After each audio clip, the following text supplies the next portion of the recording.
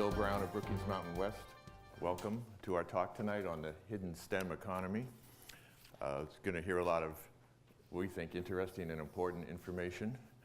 I always like to remind myself to tell you that the PowerPoint is in fact already up on our website. So don't go too crazy trying to take notes if it's beyond your physical capability as Johnathan goes through his slides here. If you click on the Brookings Mountain West website and our lecture series and look at past lectures, you'll already see his PowerPoint, and the video will be up in a few days as well. This is very good timing for this talk. Some of you may have seen that UNLV announced today that it was the lead institution among 13 universities in the Intermountain West. It's just received a $20.3 million grant directed at health and clinical research in the region. So we appreciate their timing on that to coincide with Jonathan's lecture. Tell you a little bit about Johnathan. He's a senior research associate at the Brookings Metropolitan Policy Program, has his undergraduate degree from Penn State, a master's from the New School, his Ph.D.s from Penn State, and he's going to walk us through this hidden STEM economy and what it means both locally. He has some interesting local data as well as a national perspective on it. And like our scholars, he's been here all week in this case. He's been in classes, he's met with some students, and he may even have a few comments on that as we proceed. I'll be back when Johnathan's through to help with the Q&A part of the program. So have your questions ready. Johnathan? Thank you, Bill. It's been a great few days so far, and I want to thank Bill Brown, the folks at the Brookings Mountain West, and UNLV for being great hosts.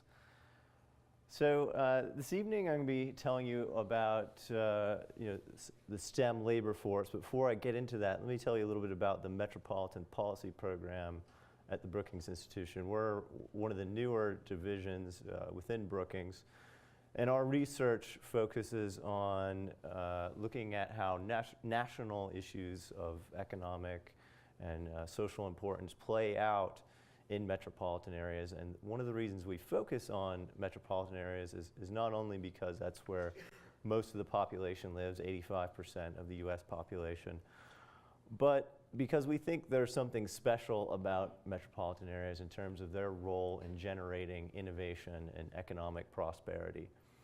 And that idea is not a new one. You can find arguments about the importance of urban agglomerations and cities in terms of supporting economic growth in the writings of Plato and Adam Smith. The general channel that it's thought to operate through is that urban areas foster specialization and trade, and that makes workers more productive, allows them to go deeper in terms of the knowledge they can acquire and apply. And so this evening, I think it's appropriate that we're going to be talking about one of the most, arguably the most specialized group of workers in the economy, STEM workers. Perhaps no other group of workers is responsible for such arcane knowledge and in fields that are often considered esoteric. But as I'll argue throughout this talk, there's good reason why federal policy officials, why Republicans and Democrats alike, why Mitt Romney and Barack Obama all seem to agree that the country needs to bolster its supply of STEM workers. And so let me just go through how the talk will proceed. I'll start with what I'm going to call the conventional view of the STEM economy. And so there it's really about innovation and its importance to the national economy. And then I'll tell you a little bit about what I think might be some flaws with the conventional view before introducing a new definition that I've put out in a recent report. And that takes me to what I'm calling the hidden STEM economy, which is this large group of workers that aren't typically considered part of the STEM labor force, often blue-collar workers, but yet are responsible for very high levels of knowledge in science and technical fields. And by the way, half of STEM workers are in occupations that don't require a bachelor's degree. And that's very much at odds with the conventional view. So with that in mind, I'll then turn to how some of these statistics play out in the Las Vegas and Nevada region, and then discuss a little bit about some policies that could boost both the supply and demand for STEM workers in regions like Las Vegas. So I think the conventional view is very nicely summarized by someone named Vannevar Bush, who is credited as the founder of the National Science Foundation. And he wrote a report to President Roosevelt in 1945 called Science, the Endless Frontier. And there he was very clear about the importance of the STEM labor force in, as he put it, turning the wheels of private and public enterprise, and emphasized that there must be plenty of men and women trained in science and technology, for upon them depend both the creation of new knowledge and its application to practical purposes. So I think the neat thing about this quote is that he seems very much aware that new ideas, new inventions, scientific discoveries are very important to economic growth, but also the application of those ideas matters a great deal. And I think that gets a little bit closer to this hidden STEM economy that I'll be talking about later. So in making the case that STEM knowledge is particularly important to economic growth, there are a number of different approaches that one could take. Macroeconomists have kind of backed out a contribution of innovation to GDP by controlling for things that are easier to measure, like spending on machines and capital equipment and education.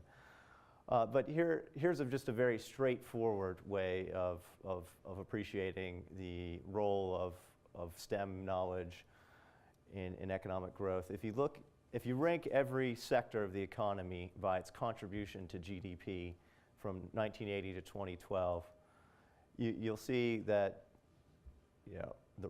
the real estate sector, the financial sector, education and healthcare all made large contributions to GDP. But there's a small group of industries that you could call the high-tech sector. These would be industries like pharmaceutical manufacturing, computer electronics manufacturing, data hosting and processing, information, telecommunications related companies, as well as professional services like R&D and computer and information services. So this fairly small group of industries, which constitute just 4% of GDP in 1980, was generating 10% of GDP by 2012, and was responsible for 15% of the net change in GDP, more than any other sector of the economy. And those high-tech industries are the ones that are turning out the most patents. They're the ones that rely the most on STEM-educated workers. And you can see, if you ask the question, well, who are the workers that are coming up with the new inventions? Who are the workers that are coming up with the new companies and founding the new companies that are driving this economic growth? Disproportionately, it's workers with at least a bachelor's of science degree, or at least a bachelor's degree in a science or technical field. So 88% of inventors, according to one survey from Georgia Tech researchers, have a bachelor's degree or higher in a STEM field. And even the majority of tech company founders are educated with a bachelor's degree or higher in a STEM field. You can think of Jeff Bezos of Amazon, or the Google founders who had Ph.D.s in computer science from Stanford. And that compares to just 10% of the population. So obviously they're playing a disproportionate role in invention and entrepreneurship. And then at the same time, the personal returns to STEM knowledge have been increasing dramatically over the last 60 years. So not only are these workers generating new ideas and companies that are driving national economic growth, they're personally benefiting in a really big way. And there's something that called the bachelor's degree premium that labor economists talk a lot about, and that's famously gone up quite a bit. If you compare the average wages of folks with a bachelor's degree to those with a high school diploma, the advantage for the bachelor's folks has gone from just under 20% in 1950 to 60% in recent years. But if you do a similar exercise and you compare workers in STEM occupations to workers outside of STEM occupations, you also see a huge increase in the premium, going from roughly 30% in 1950 to 90% in recent years. And so the market is really signaling that these workers are in high demand and are contributing a great deal to the economy. And one of the issues that is responsible for this very high premium is that there seems to be a shortage of these types of workers, at least in terms of the number of people coming out of U.S. universities and colleges with the appropriate skill set. So if you add up all the bachelor's degree, master's degree, Ph.D. graduates in a given year in computer science, you have about 108,000. And that compares to about 2.8 million job openings that I estimate for 2013 using data from the Conference Board's job vacancy data. And so there's just an enormous gap between the supply of new entrants into the labor force and the actual demand. And it's similar even for, I mean, it's also large for fields like engineering. It's not quite as large in fields like business and finance, but there's still a gap there too. So that's all consistent with what I'm saying is the conventional view of STEM. The returns are high, the contribution to innovation is large and important. But if you look at actual change in employment by education over the last 30 years, there's something that I think is missing from this story, which emphasizes only the importance of bachelor's degrees, and that's the importance of post-secondary education below the bachelor's level. So that would be associate's degrees and certifications. There's also been a considerable increase in demand for these workers. So these data that I'm showing you here are the growth rates in employment by educational attainment level in different sectors of the economy, the US economy as a whole, the tech sector there in the middle, and the manufacturing sector on the right-hand bar. And it's no surprise to people, I think, to learn that growth for high school or less has been negative in a big way for the manufacturing sector. And this corresponds to about 11 million jobs lost from 1980 to 2011 in the manufacturing sector for workers with a high school diploma or less. I think what's more surprising is that there's actually been a net increase in the number of jobs held by those with some college in the manufacturing sector. It's a very small increase, it's not even 1%.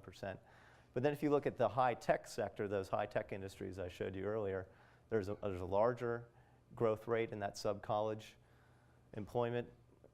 And then over in the overall economy, there's been somewhat healthier 2% annual growth. So the market is showing us that there's something valuable about this group of workers that are getting associate's degrees, that are getting certifications.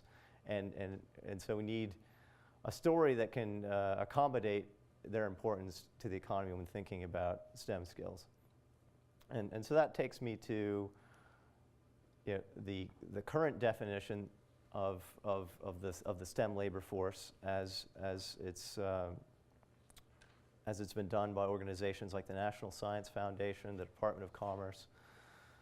So there are a number of problems, I think, with this conventional definition. One is that there's not really any firm definition at all. There's not even agreement among federal agencies. There's some disputes about which occupations are included. The different agencies take slightly different approaches. The main consensus seems to be that only professional workers are included, and a very narrow range of professional workers, and I'll go into more detail later. The standards come across as quite arbitrary in that they don't seem to be based on knowledge or skill requirements, because doctors are not included under the conventional definition of STEM workers. And I think we could probably all agree that to be a doctor, you need to know something at least about biology. And nor does the definition seem to be based on some kind of research and development capacity or activity, which I know is a huge emphasis in the National Science Foundation.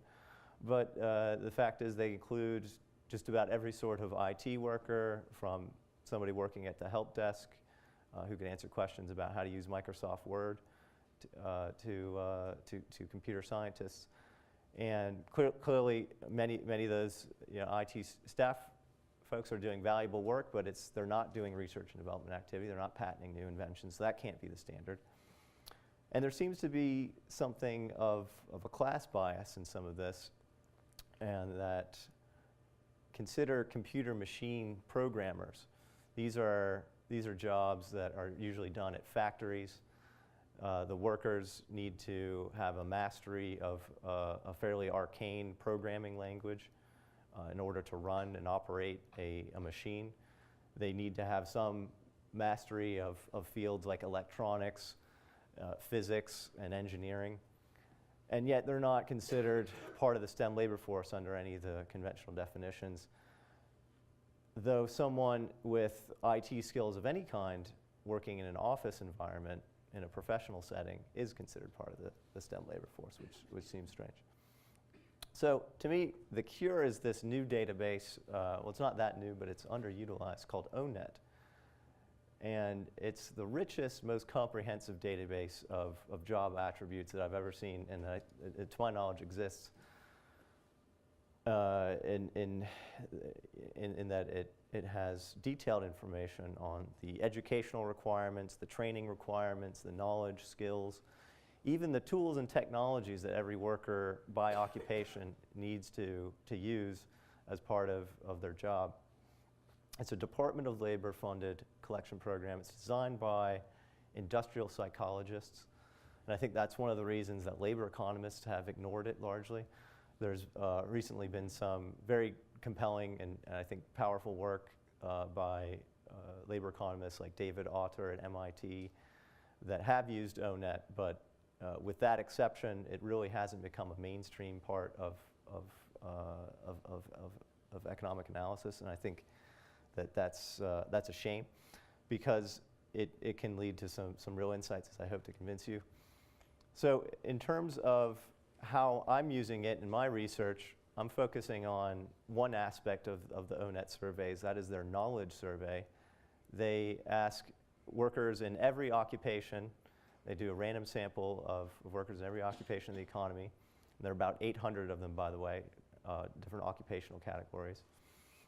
They ask them questions like, how much knowledge of computer and electronics do you need to do your job? And they ask you to rate yourself on a 1 to 7 scale. And so to take the computer and electronics example, if all you need to know is how to operate something as basic as a VCR, you'd score a 1. The lowest score. If you are responsible for using word processing software of some kind, Microsoft Suite, you could rate as high as 3, so that could be an administrative assistant. To get a 6, you need to do something as sophisticated as creating a program to scan computer disks for viruses. And so you can imagine a 7 would have to be extremely advanced, probably doing fundamental research in computer science fields, developing new programming languages, things along those lines. So similar questionnaires are given out in 33 different knowledge domains to workers in these surveys. The ones that I'm focusing on as the core STEM knowledge domain set would be physics, chemistry, and biology under the sciences, and of course, computers, engineering, and math. And from this, you can create a new definition of the STEM labor force by using these data. And I think it has a number of advantages over the conventional definition. One is that you can put together a fairly straightforward way of deciding what a STEM job is and isn't. The way that I've defined it is a STEM occupation is one that requires an extraordinary level of knowledge in one or more of these core STEM fields. And by extraordinary, I used an arbitrary cutoff of 1.5 standard deviations. But as I'll show you, you can relax that assumption, and you can use the underlying knowledge score and do some interesting analysis. So another advantage of using these OwnNet data is that as a researcher, I don't have to guess, or I don't have to use my imagination to try to guess what sorts of knowledge that workers need out in the economy. The survey asks workers themselves these questions, and in that sense, there's no preconceived bias. There's a self-correcting element to it, in that if an occupation changes in its skill requirements, the data set will be updated every year as they go through and do the next round of surveying. And the other interesting thing is that it brings comparability to other knowledge domains. So as I mentioned, there are 33 different knowledge domains that they survey. So you can use this information to ask questions like, what's the return to knowledge of law, of management, of economics, of English, and how does that compare to engineering, math, and so on. And then if you use these data and you rank all 800 occupations in the economy, you can get a fairly interesting set of rankings where at the very top you get biomedical engineers, as if you pull together the STEM score across these 6 domains. And that's the closest image I could find to represent engineers. They're at the top. And then at the bottom, the least STEM occupation of the economy is fashion models. So there at the bottom, we've got the fashion models image. So you can imagine, to work as a fashion model, you don't need to know a lot about biology or physics. I think we know the attributes that they're looking for there. So if you're thinking about which of these groups would meet my definition for being requiring extraordinary knowledge, is people where that bar is, and that sort of upper part of the graph there.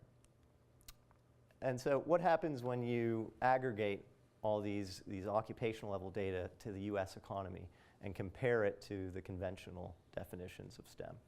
What you find is that the share of US jobs that you consider STEM jobs goes from 5% using the NSF definition to 20% using this Brookings definition. The percentage of those STEM jobs that require less than a bachelor's degree goes from 19% in the NSF definition to 50% in the Brookings definition. So it's really a massive number of occupations that end up being included here. And you might think, well, does that STEM premium apply when you expand the number of jobs to such a large number? And the answer is yes. And if you compare the STEM premium to other knowledge domains, it really does stand out.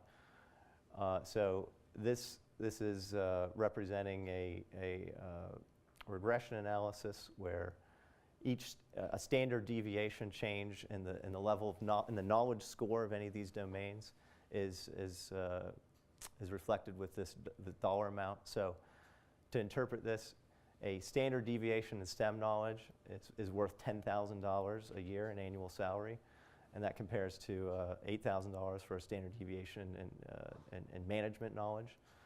And if you combine the two, you can get very large increases in your salary.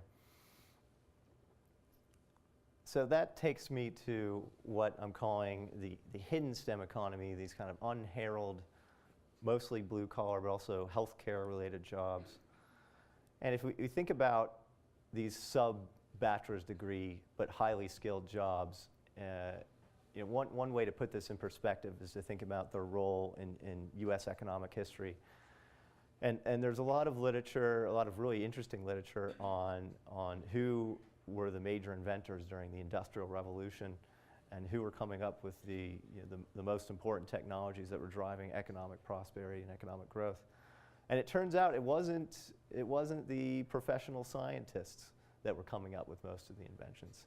In fact, the single occupation that was responsible for the most patents during the Industrial Revolution was machinists.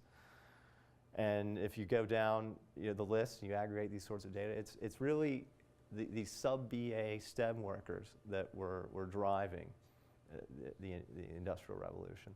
And that seemed to hold up until sometime around the 1950s. There was a economic journal article by a prominent economist as late as 1957, and he was arguing that these sub-BA STEM workers are playing these blue-collar workers are playing a very important part in U.S. invention and innovation.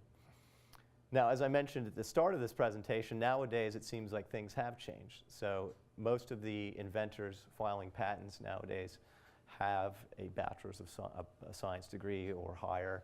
Many have Ph.D.s. But that doesn't mean that the sub-BA or blue-collar STEM workers are not contributing to innovation.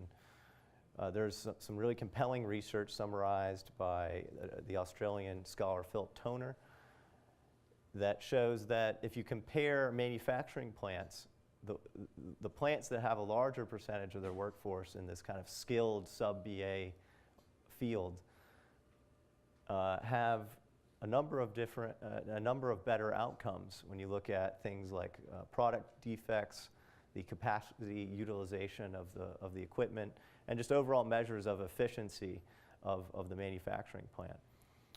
And there's also evidence from his research that professional scientists and inventors rely on the sub-BA technicians for advice on how to design their products, what materials to use, the practical aspects of invention. And so they're really playing an important complementary role in the process of creating and implementing new ideas and advances. And then if you just step away and look at the broader structure of occupations nationally and rank the major occupational categories by STEM, by the STEM score, you see that the conventional occupations, the three conventional occupations are highlighted in bold here. That'd be architecture and engineering, the sciences, computer and math. They are in fact very high STEM occupations, as you'd expect.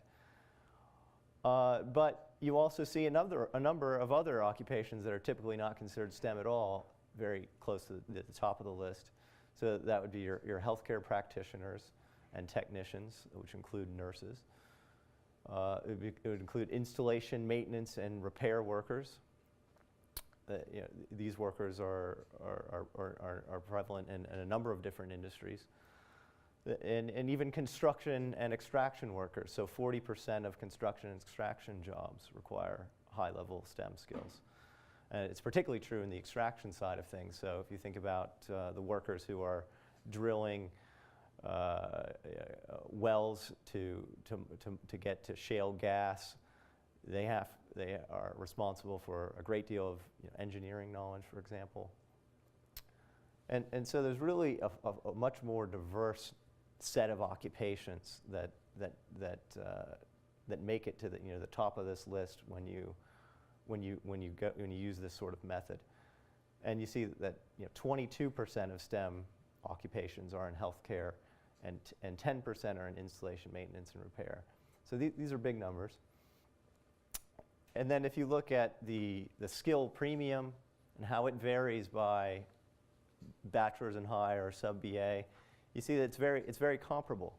So the sub-BA STEM workers earn about 10% more than other workers in occupations that require the same level of education, but are not STEM.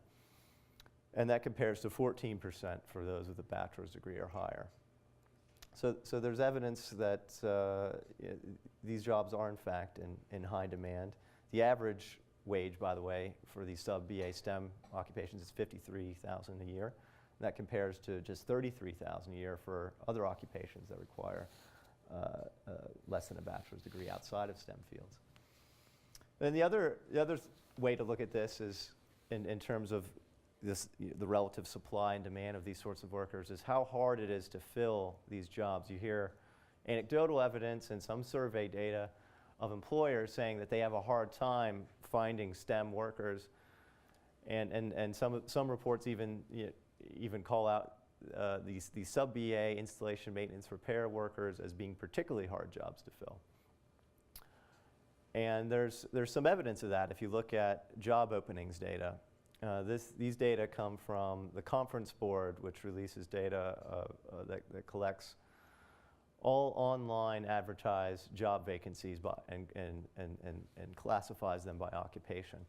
And there's one sort of interesting way to try to get at whether or not these jobs are hard to fill, and that's whether or not the jobs are reposted after 30 days. And the percentage of jobs that are reposted, which presumably means there's some difficulty filling them, and there's some evidence to suggest that that's the case. The set of occupations that seem to be the hardest to fill by that measure are the STEM BA jobs, but not far down the list are the sub-BA STEM jobs. And then at the very bottom are the non-STEM sub-BA jobs, which are seem to be much easier to fill. Then another way to look at this, look at the demand for these sub-BA STEM workers and their contribution to innovation, is just to observe that they constitute a large fraction of the high-tech industry workforce, so 13% in 2011, and that's a growing percentage. So in 1950, workers with some college but no bachelor's degree were just 1% of the high-tech industry workforce. And by the way, the bachelor's degree STEM workers were only 1% of the high-tech workforce, whereas the high school or less played a much bigger role in 1950. But over the last 60 years, the demand for both BA and higher STEM workers and these sub-BA STEM workers has increased rather dramatically. And now roughly 50% of all high-tech industry workers are in STEM occupations with a large share in the sub-BA category. And then if you look at how this plays out on the metro scale, which is of particular interest to me and my colleagues at the Metro program, we find that metro areas with a larger percentage of STEM workers are better off on a number of measures of economic performance. So the metro areas are richer overall in that they have higher GDP per capita, they have higher median household incomes, they have higher wages. They're more innovative in that they have higher patents per capita or patents per worker. They're more export-oriented in that they have a larger concentration of industries that do exporting. They're more resilient to economic downturn in that their job growth has been stronger over the last few years or over the recent recession and recovery. And they employ a larger share of their workers. Their unemployment rates are lower. And these are just correlations. To be fair, there's no way to really prove that it's the STEM component that is causing this, but these findings are robust to controlling for the education of the area, the housing prices of the area, to compensate for the wage effect and the population size. So there does seem to be, at the metro scale, some really important benefits of having a STEM-oriented labor force. And so that takes me to where Las Vegas fits in to all this. And I don't think it's going to surprise too many of you that Nevada as a state ranks 50th on the percentage of its workers that are in STEM occupations. And if you look at Las Vegas metropolitan area, it ranks fairly close to the bottom on most of these metrics. So on patents per worker, which is where it does the best out of these, it's 215th out of about 360. Its growth rate and productivity has been fairly low over the last 30 years. Its bachelor's degree attainment rate in STEM fields is rather low. Even the unemployment rate has been fairly high over the last 20 years. particularly because of the most recent recession, of course. And then, more directly, the STEM knowledge embodied in the average worker, the average occupation is particularly low. And unfortunately, the trend from 2007 to 2011 has also been rather bad for the region. So there are certainly some challenges for the region in terms of any efforts to become more STEM oriented. With all that said, there are still 100,000 jobs in the Las Vegas metropolitan area that are high STEM jobs. And that's roughly 13% of the workforce. So it's not that the STEM economy is trivial here. It's actually playing an important role already, despite the low ranking of the metropolitan area. And if you look at the average wages of these workers in Las Vegas, it's $71,759, about $72,000 for the average STEM worker. And then even the sub-BA STEM workers have fairly high wages, about $59,000. And that compares to just $32,000 for sub-BA workers outside of STEM occupations. And this slide, by the way, is available on the Brookings website. We generated profiles as part of this hidden STEM economy report that I did for all the 100 largest metropolitan areas. And there's plenty more data for those so inclined. And so the interesting thing about Las Vegas is that if you look at the wage premium for STEM workers, it's extraordinarily high compared to the average metropolitan area. So there's some evidence that employers are almost desperate for some of these workers, and they're willing to pay them extra money to relocate here from other places, or otherwise do what they can to get them here. And this premium is particularly large for the sub-BA workers. And if you think about some of the reasons why the Las Vegas metropolitan area is not particularly STEM oriented, it's obvious to everyone here that the massive and vibrant tourism economy is a major reason. If you just look across major occupational groups, roughly 16% of all workers in the Las Vegas economy are in food prep and serving occupations, which is one of the lowest on the STEM score. So that's great for my wife and I. When we come visit here, we get to go to top-notch restaurants, and we have hundreds of different choices. But it comes at a cost of having lower percentage of workers in these high-wage STEM occupations. So it's particularly apparent looking at healthcare practitioner occupations and IT-related occupations. And just to play this out, the industries in Las Vegas that do employ the largest share of STEM workers, because after all, as I mentioned, there are 100,000 jobs total, are industries like construction and hospitals, professional, scientific, and technical services. So the way to read this, the number of jobs in this column here is the total number of jobs in the industry in 2011.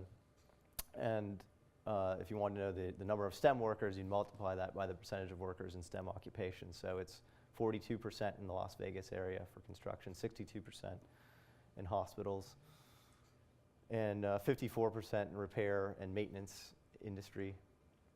And the interesting thing there is that 95% of the repair and maintenance jobs don't require a bachelor's degree. And then if you look at the industries in Las Vegas that are the most STEM oriented and that they have the highest percentage of workers in the STEM labor force, or the highest average STEM score per worker, it's data processing, hosting, and related services. So that would be companies like Switch, with 73% of the workers in STEM occupations, very high average salaries. But a surprisingly high number of those jobs don't require a bachelor's degree, or are done by workers that don't have a bachelor's degree. Other industries that are particularly STEM oriented in this region would be the energy related industries, mining, utilities, and as well as construction. So with that, let me turn to some policy ideas on how to boost STEM knowledge, how to boost both the supply and demand of STEM workers. If I were giving this talk in a place like San Jose, or a place with extraordinarily high bachelor's degree attainment rates or extremely high demand for STEM workers, I would focus more on the supply side. But I think here in Las Vegas, given the industry structure and given also the fairly low STEM educational attainment rates, it makes sense to talk about both the supply and demand side. So on the demand side, one of the things that we talk a lot about in the Metro program at Brookings is the importance of clusters. And obviously the Las Vegas area has a world-class tourism cluster already. But I think the emphasis here would be on growing STEM industries and trying to support a cluster strategy around here. So clusters are groups of related companies, often in the same industry, but also in different industries that trade with one another. And the way that we think about it in the Metro program is that one shouldn't use the government to subsidize or these sorts of industries or pick winners in any kind of way, but really to focus on providing the basic public goods that are particularly relevant for these industries. So the government already has an important role to play in education, and that's something that both political parties can largely agree upon. But at the post-secondary level, what further could be done to provide for the skills that are particularly relevant for STEM industries is a question that local leaders I know are asking and could address. And so, a big part of that would be looking at the community colleges and to what extent they're partnering with local businesses and industries to try to tailor their curriculum to match what is needed in the region. And then some other policies at this cluster level could focus on trying to plug gaps in finance, and that could be at any stage of the process. It could be at the research and development stage. So a number of states have research and development tax credits that go on top of the federal R&D credit to try to further incentivize that sort of activity, which could lead to the creation of new businesses and particularly high-tech startups.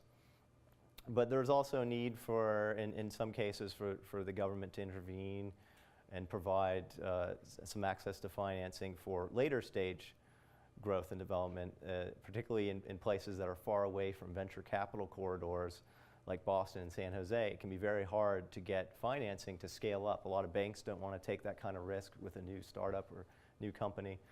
So a number of states have adopted things like venture capital tax credits or even funds that come out of directly from state revenue that go to promising new businesses.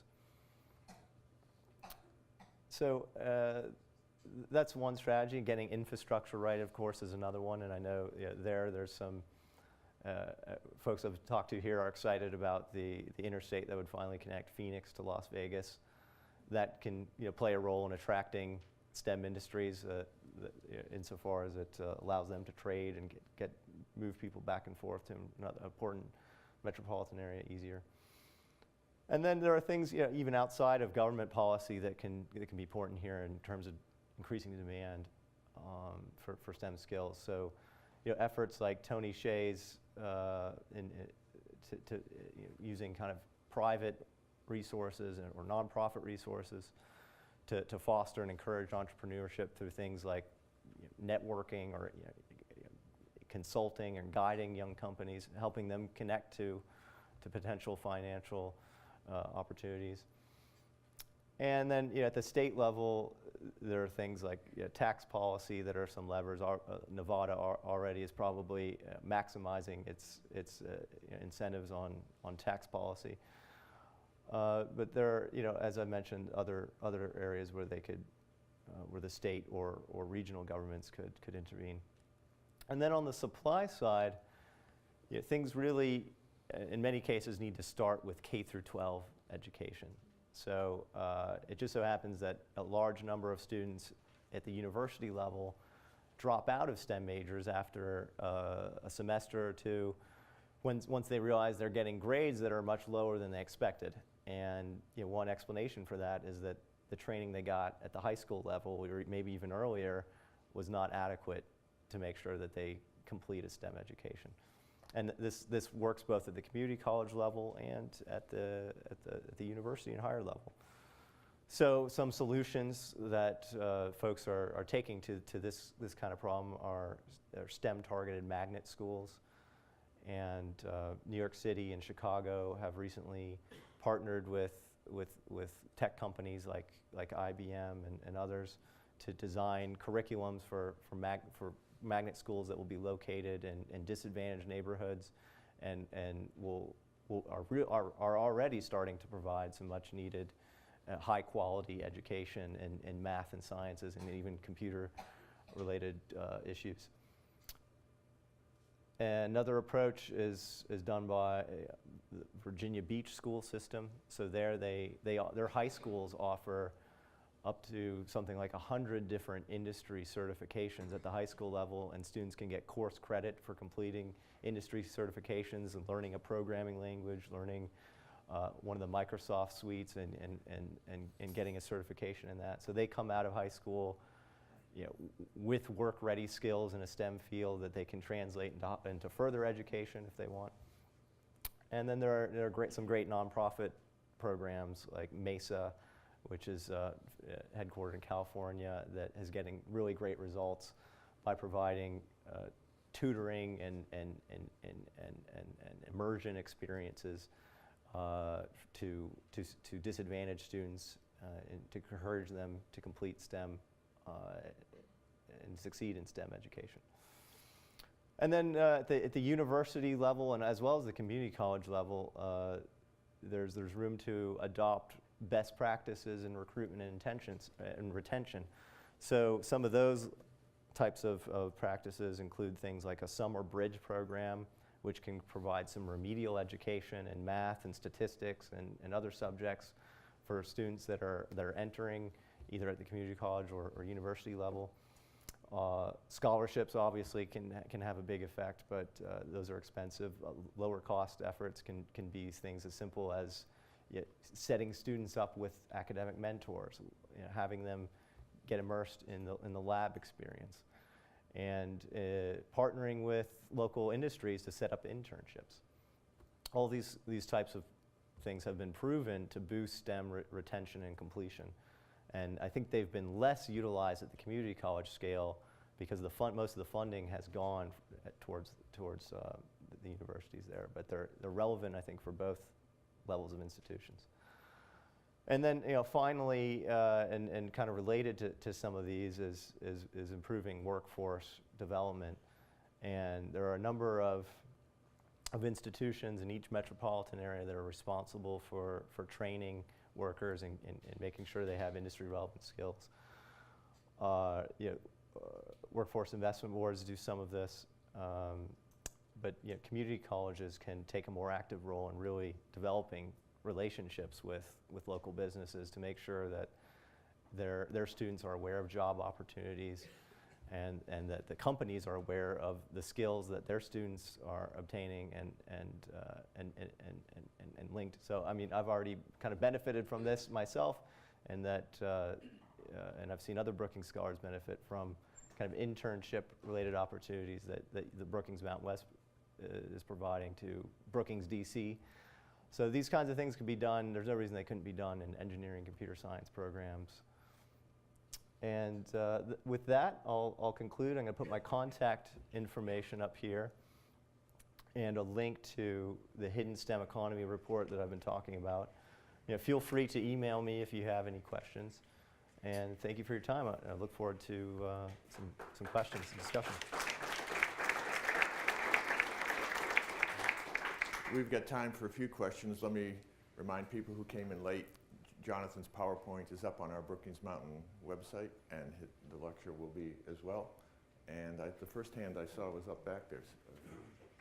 Hey, Johnathan, you've obviously done the study in other areas, and you've compared Nevada to that. what would you say are some significant things? I mean, you listed a whole bunch of things that could be done.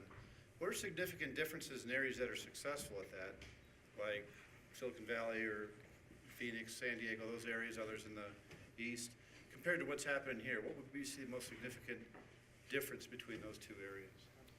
Yeah, it's a good question. It's hard to point to necessarily specific policy interventions.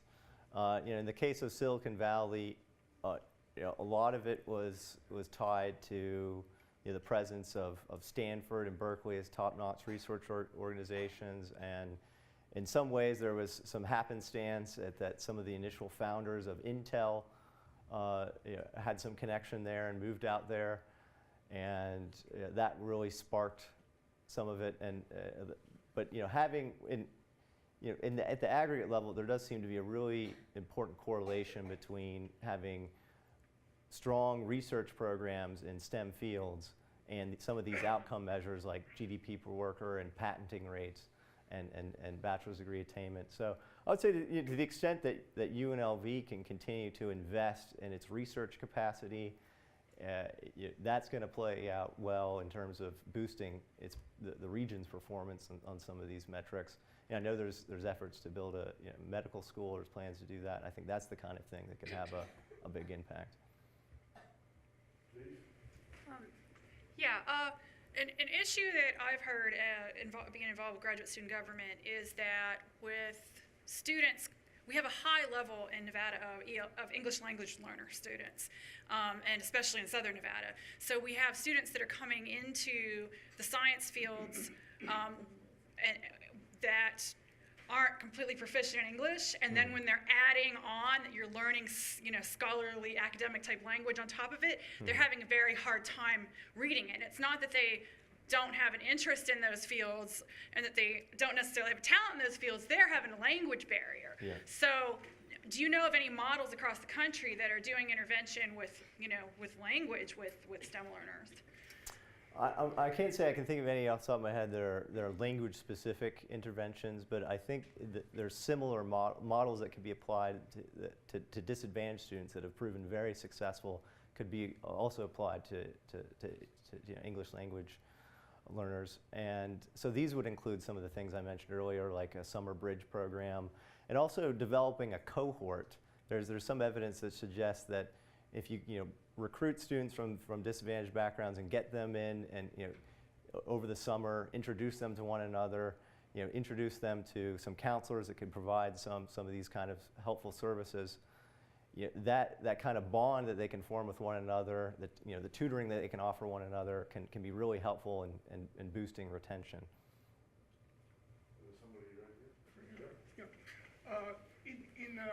Two questions really. In Phoenix, they have the Mayo Clinic. Now, at one time, I think the Cleveland Clinic was supposed to come here. I'm not sure if they're here or not. What? They're already here. Have they worked with the UNLV? That's one area. And the other area is, I would suspect that the casinos have more detection services than any place in the United States, including military reservations. Is there any way that they could work for cybersecurity to kind of accompany with the university to get a training system there? Well, to your first question, I have to defer to UNLV administrators and folks who know the university better than I do. To your second question, I think the answer is probably yes. I suspect you're right that there's tremendous demand for kind of cybersecurity related skills among the casinos, and I don't see any theoretical reason why they couldn't partner with the university in some way to develop a relevant curriculum. There may even be some of that happening now that I wouldn't know, but I think that's the kind of thing that I'm talking about in terms of getting productive partnerships with local businesses. I think Michael might want to address it. Silicon Valley and Boston and other places get high marks for lots of very, very high academic research and lots of STEM jobs. But what places should we look to see who does 2-year and sub bachelor's degree jobs well? Yeah, one really interesting example I think is the North Carolina community system. community college system, and particularly in the Durham area. And that's kind of also a high-flying tech hub in some ways. But as it happens, there are a lot of technician jobs, these sub-BA STEM jobs in the biotech industry. And they've developed models where the biotech industry will form a partnership with 5 or 6 different community colleges, and they take some of their employees, some of the HR employees, and some retirees maybe even, and help them design the right curriculum and maintain relationships with the student body. And there's some really compelling evidence that the students that are graduating from those programs are getting very high placement rates in the biotech companies and earning good salaries. So I think that sort of model could work really well. Of course, you need an organized industry presence to kind of make it happen. So there needs to be, first of all, the companies here to do it, but also maybe some help from the civil society, nonprofit sector to kind of organize this sort of thing. I'm working my way across. I don't want to miss anybody. Was there somebody in back? No? Sir? So the United States has this history of building a strong middle class with sub-BA workers in manufacturing. And so my question is, will the jobs created by STEM employees keep pace with the jobs that are being eliminated by automation? As we start to automate and we start to replace laborers with machines and artificial intelligence and robots, it takes far fewer technicians to maintain that equipment than it does actual laborers. So is it possible to keep pace? Yeah, it's a really interesting question. So I think the answer is probably no when it comes to the high school or less STEM workers, or just high school or less educated workers generally. Those jobs really do seem to be disappearing, and I don't see any reason why they're going to come back, which is unfortunate. But China has millions of these kind of workers in manufacturing plants that can do these routine jobs at a fraction of the wages. It just doesn't make any economic sense for it to be done in the U.S. The interesting thing to me, though, is that even with this some college group, you do see some growth in high-tech manufacturing and even a little bit of growth in general manufacturing. And so I think what's going on is that these manufacturing businesses are shedding the routine work that used to be the bulk of these kind of middle-class jobs you're talking about, and replacing them with machines. But it's harder to replace these skilled workers with machines. You need people who can, first of all, program the machines and make sure that they're working, and you need people to repair them. So I think there will continue to be some demand there. Whether or not it's going to be enough to deal with or reverse the huge trends in income inequality is an open question. One more question we have time for, please. Oh, okay, thank you. Yeah, well, great talk, and go Nittany Lions. I graduated from there too. Kind of along that same line too, though, with I know several reports I read from like IEEE and American Physical Society. If you take out, because of the outsourcing, because of the disappearance of some of the conventional manufacturing type of jobs, that most of the non-computer jobs and IT jobs in STEM are in healthcare. There have been several studies along that line, and I guess you saw some of that, but yeah, I mean, healthcare, I estimate it comes about 22% of STEM workers. I'm not sure how it was defined in sort of the reports that you mentioned, but certainly that's been a huge source of net job increase over the last few years, because the healthcare sector is one of the few that sort of survived the recession without major job losses, and I think largely because of demographic change, the fact that baby boomers are retiring, the demand for healthcare is going to be high for the foreseeable future. So I mean, that certainly is a strong source of STEM demand, but there's more going on than that, I guess is what I'd say. I always like to try and get you out of here on time, but Johnathan will be around if you have any unanswered questions for a few minutes, please feel free to talk to him. And I hope we see you next week. We have a somewhat related lecture. We'll bring another Brookings colleague will be here talking about the aspects of academic research, the innovation in scholarship and academic research and its commercialization and how that fits into economic development opportunities. So I hope we can see you then. Thanks again for coming. Thanks very much.